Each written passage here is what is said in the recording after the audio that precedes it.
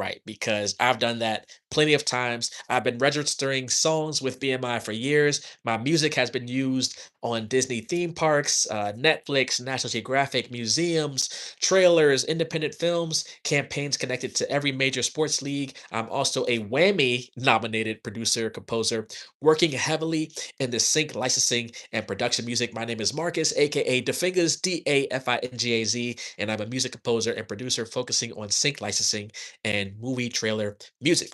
And even after registering hundreds of songs over the years, I recently have gotten on calls with BMI representative and realized that there are a couple of things that I have actually been doing wrong, specifically around publishers, writer shares, and collaborations. And I'm looking at my notes to make sure I don't miss anything during this overview.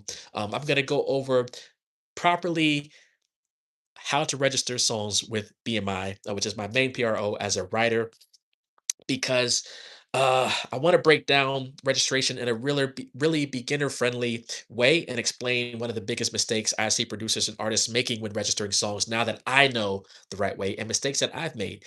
Because these little registration details can affect whether our royalties get routed correctly, whether we get paid at all.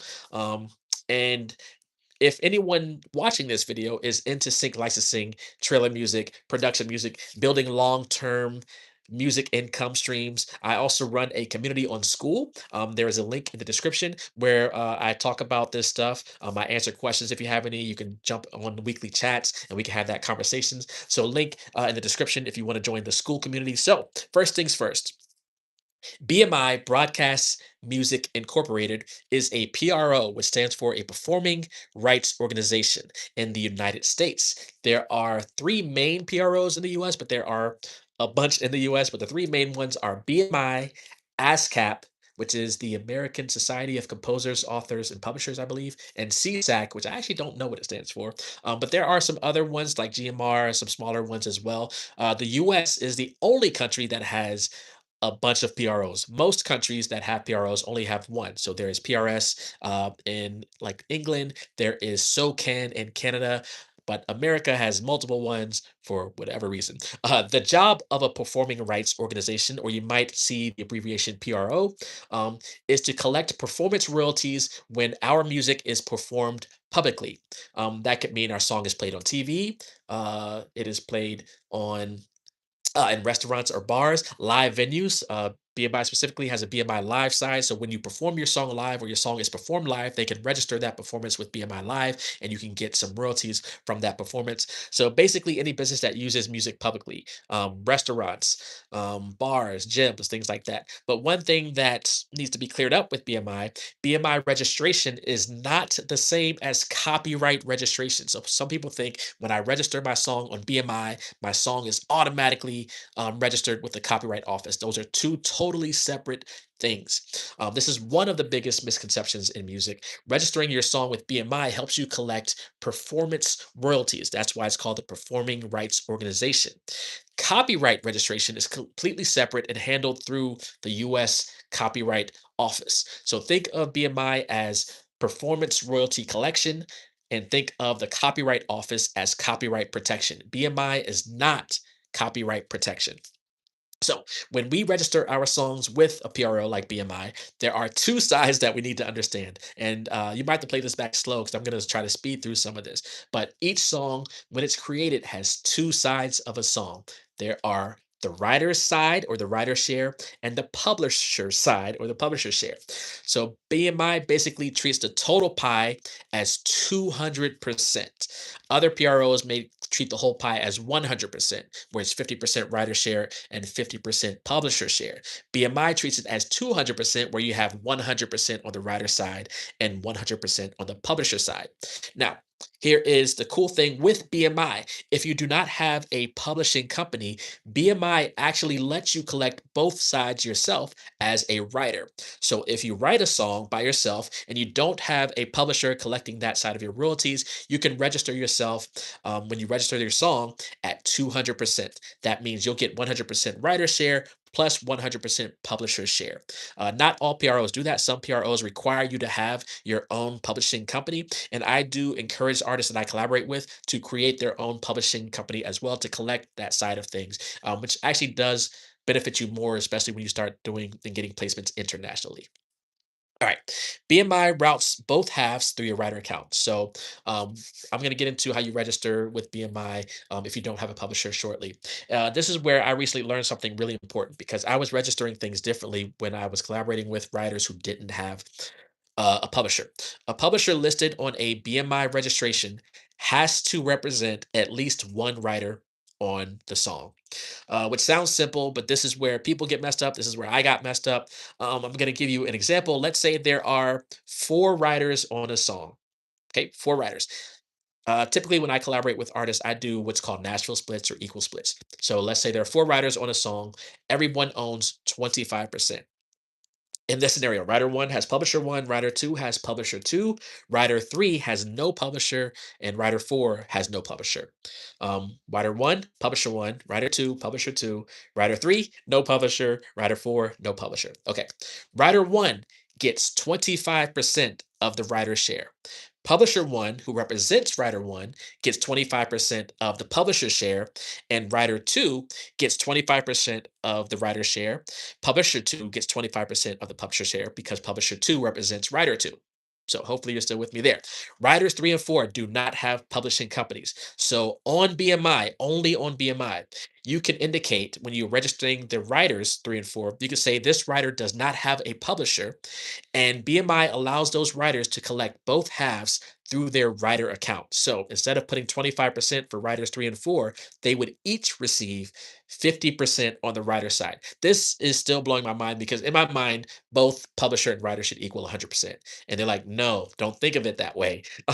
So the writer three and four can both get 50% on the writer side. Um, and I was working on a registration recently where the collaborators wanted to give part of the publishing to someone who wasn't representing a writer on the work. And BMI basically explained a publisher has to be tied to a writer. You cannot have a publisher on a song that is not connected to a writer, at least when you're registering with BMI. So the publisher has to represent ownership connected to a songwriter. So you can't just randomly assign publishing percentages to somebody unless they're connected to a writer share. So that was a huge clarification for me after years of me doing this thing the wrong way, sadly.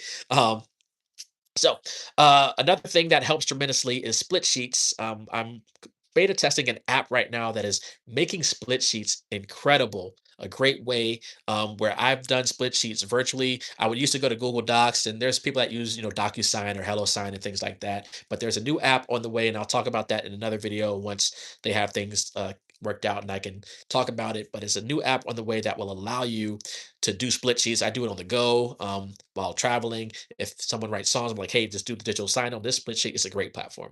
And it's free right now. So stay tuned for that. Whenever I finish a collaboration on the split sheets, we add the writer percentage, the PRO affiliations, the IPI numbers, and the publisher information, all documented up front. Whenever I'm done with a song, it's like, okay, this is a song.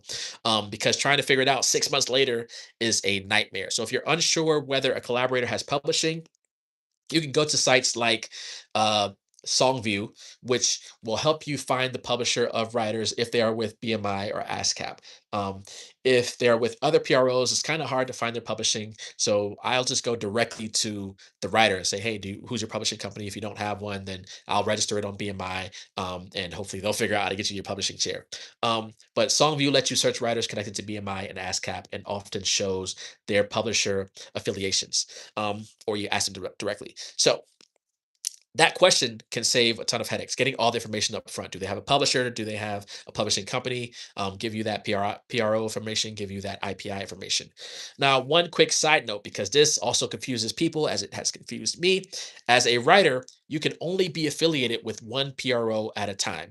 So if you are a BMI writer, you are a BMI writer. But publishing is different. I have publishing with BMI. I also have a publishing company with ASCAP. You can have publishing entities with different PROs. So as a BMI writer, I cannot be a ASCAP writer.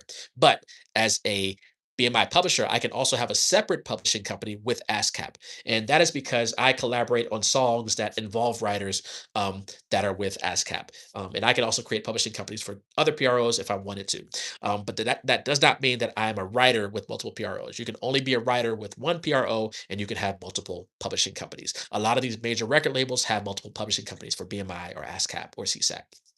So it just means I have publishing entities capable of collecting the publishing share depending on the collaborators involved. So I'm going to try to do this recap. And I make these videos for me. I just did one on Sound Exchange on what that does as well, because I'm talking to these companies. I'm getting a better understanding and I'm trying to document it so that I can come back to these videos. And I might have been missing some questions. Apologies. But I can come back to these videos and reference them. So BMI, ASCAP, CSAC, GSMR, SOCAN, or GMR, I think, SOCAN in Canada, PRS in Europe. These PROs, performing rights organizations, collect performance royalties. BMI, ASCAP, CSAC, these PROs do not copyright your music. For that, in the US, you have to register your music with the US Copyright Office. The registration system for performance royalty collection is built around the two sides of a song, the writer shares and the publisher shares. If a writer does not have a publisher, with BMI can route both halves, the writer share and the publisher share, through the writer account. And publishers listed on a registration need to actually represent a writer. So I'm hoping that sorry, my phone just rang and I think it cut off, but I'm gonna do the recap again. BMI is a performing rights organization. BMI collects performance royalties. BMI does not copyright your music. The registration system is built around writer share and publisher shares. If a writer does not have a publisher, BMI can route both halves through the writer account. BMI can route your writer share and your publisher share through the writer account. And publishers listed on a registration need to actually represent a writer connected to the work. So I'm still, even after doing years of registrations, I started out only doing my own songs, so I didn't have to worry about this as much. Over the last few years, I started collaborating with artists and registering songs with artists. So I'm still figuring out this process myself. And after registering hundreds of songs, that should tell you how confusing music publishing can be sometimes and why there's a lot of money left on the table when we don't register our songs with Sound Exchange and with MLC and with our PROs. So I've done the Sound Exchange video. This is the PRO for BMI specifically. I want to do MLC one in the future, but after registering these songs, I'm still figuring these things out. So hopefully this video will help make this registration process less confusing, less intimidating. If you have questions about BMI registrations or publishing splits or Songview collaboration setup, please drop them below. Join the Skool community. If you want more conversations around sync licensing, trailer music, production music, building music income streams, check out the community. And that's all I have for you. Thank you for tuning in. This is really I'm learning a lot, but it's helping me also when I do my panels at conferences like NAM and South by Southwest and Sync Spotlight, which you can access many of those conferences in the Skool community for free. When I'm doing these panels, it helps me be more educated and educated the correct way on how we can make sure our songs are in the best light and can help us generate the best income for us, and that it's all registered properly on the business end. There are also companies that do this for you. There are publishing admins and registration admins that help to handle all the registrations. Just make sure that you understand what they are doing and that you understand the process. Hey, are you going to register my songs with the PRO? Are you also going to register the songs with Sound Exchange? If you do it with Sound Exchange, just understand what that collects. Check out my video for that. If Are they going to register your songs with the MLC, which only represents a certain right in the US? Are they going to do that also with international versions of the MLC? So understanding that whole process. Again, I want to do a video on the MLC so that I can understand exactly what the MLC represents. So check out my Sound Exchange video explaining how you can register songs on Sound Exchange and why you should and what they collect. Rewatch this video. I'm going to reference this video a lot on registering songs with BMI.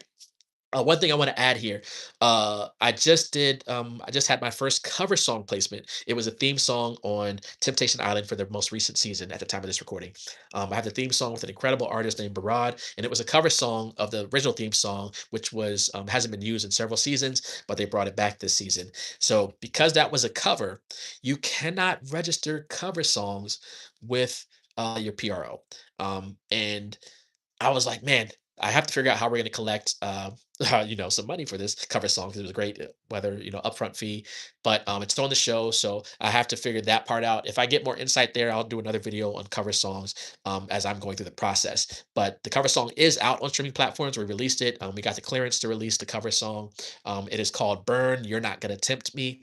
Look up Defingaz, Dafingaz. You're not gonna tempt me on there, and Barad, Beraud is the artist doing the vocals on there. What's up, Belinda?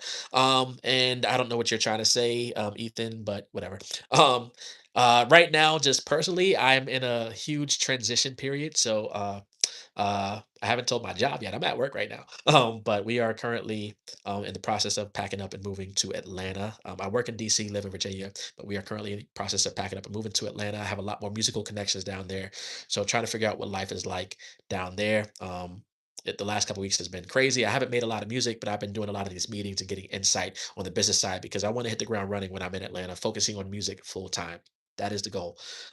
So please give me your thoughts and prayers. Thank you for the support. I'm going to do some more videos. Check out the Sound Exchange video. Check out the podcast overall, Secrets to Success here on YouTube. Join the Skool community. And yeah, I will see you in the next video. Drop in the comments if you want to learn some other things. Again, I want to do the MLC video.